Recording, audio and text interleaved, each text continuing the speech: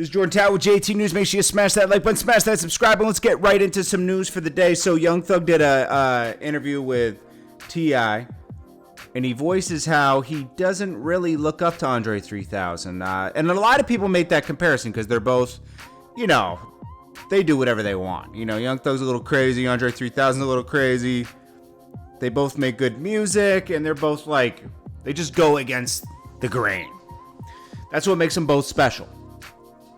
But you could tell by the way Young Thug answered everything, he didn't like the way Andre 3000 wants his butt kissed. It's like, I understand that.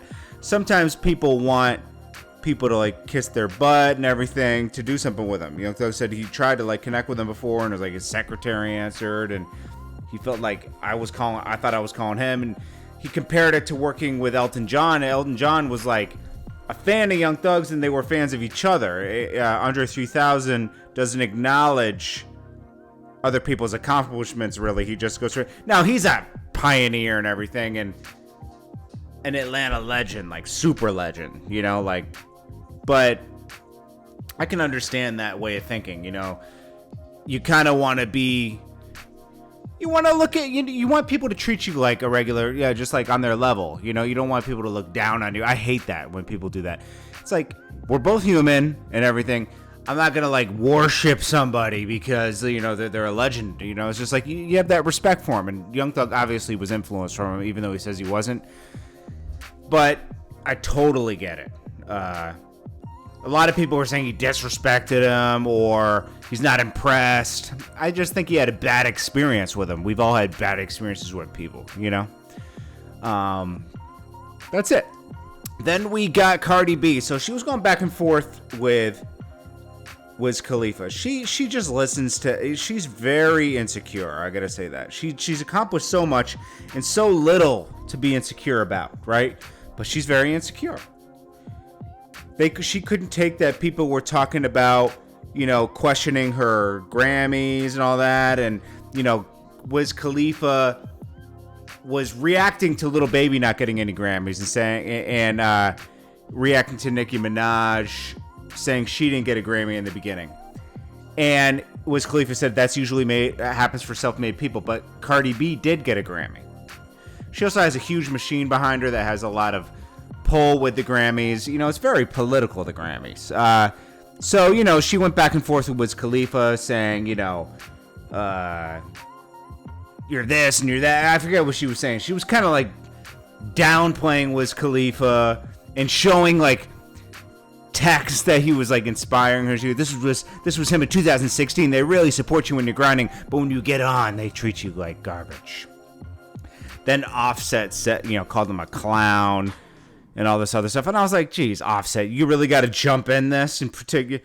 Cardi B's doing fine protecting herself, but you had to jump in and say he's a HOE. It's like, yo, you guys need to chill out. Like, stop. It's like you can't react to anything now without people being like offended. Cardi B was offended. You know, it's like you're successful. You have everything going for you. Yet you can't take when somebody nobody even talked about her really. She just took it personal because she's insecure.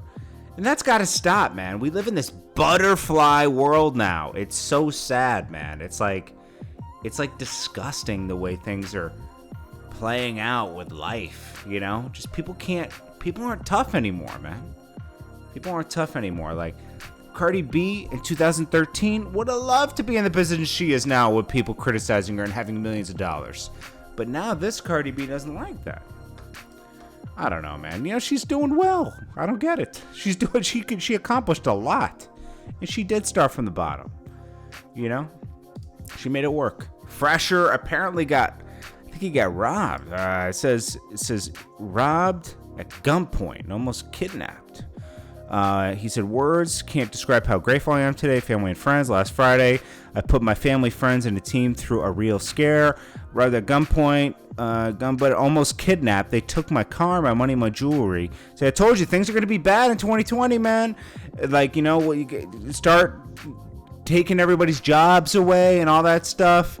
It's better that people go to work and just really take precautions, because look, once people don't have jobs or anything in that, you start seeing crime go up. You know, they defunded the police. I understand the police absolutely need a reform, but defunding them, they're just going to get back at people just by not policing, you know, and that's what's happening, you know, and it makes the world a more dangerous place. It's like, it's hard to win that battle there. And the people, not everybody has the answers. I don't have the answers, you know, but there definitely needs reform and everything. But defunding, I don't know, it's a little dangerous. It's playing a dangerous game, because you saw in LA, they just said they're not doing certain policing anymore. They got rid of a lot of units that would help people. It's crazy. You're going to see a lot of things change in 2021, man, because once they do that, once they raise the minimum wage to $15, which they're trying to do, prices are going to go up on everything. Everything you're used to buying at certain prices are going to go up, because they have to fulfill that $15 an hour wage. Inflation's going to be crazy. Rent's going to go up, because now people can afford more rent. And it's going to feel like that $15 is the current minimum wage now. All it does is level everything out. That's how it works. You'll see. It's crazy. And then they're going to try to do pricing. They're going to force people to not raise prices. But all that's going to do is make them get rid of workers, get robots to stock shelves and all that. They already have the robotics to do this stuff. They just don't have a reason to get it right now. It'll accelerate them putting that into play. And it's going to be a scary future. Like, there has to be, you should let things go up naturally, you know? Way back when I used to work jobs, you know, like I started out my late teens, and I had jobs. I got 2 jobs, actually. So I worked during the day and worked at night, just to afford certain things to get ahead in life, you know? Like, it's hard. It's not easy to survive on a minimum wage. You gotta like work extra hard, but you gotta have a plan. You gotta have a plan to get out of it. You know, it's hard. Anyways, enough of that. That's like a deep conversation, and there's so many ways to look at it, and they don't make it easy to get out of it. I'm not saying it's easy. It's very hard. Boosie went to the club in a wheelchair. He ain't letting any checks slide, man. You know, he said, yeah, I might be injured up in this wheelchair, but I'm still making all my club appearances. He was in high spirits, had his whole family with him. That was good to see, man. Then we had little baby. He was in Houston, appears to be gripping a weapon in his hoodie, and I do not blame him after everything that's going on in Texas. You had Benny the Butcher. You had Mo 3. I think something happened to somebody else the other day in Houston. Oh, yeah, it was like crime's just going up, man.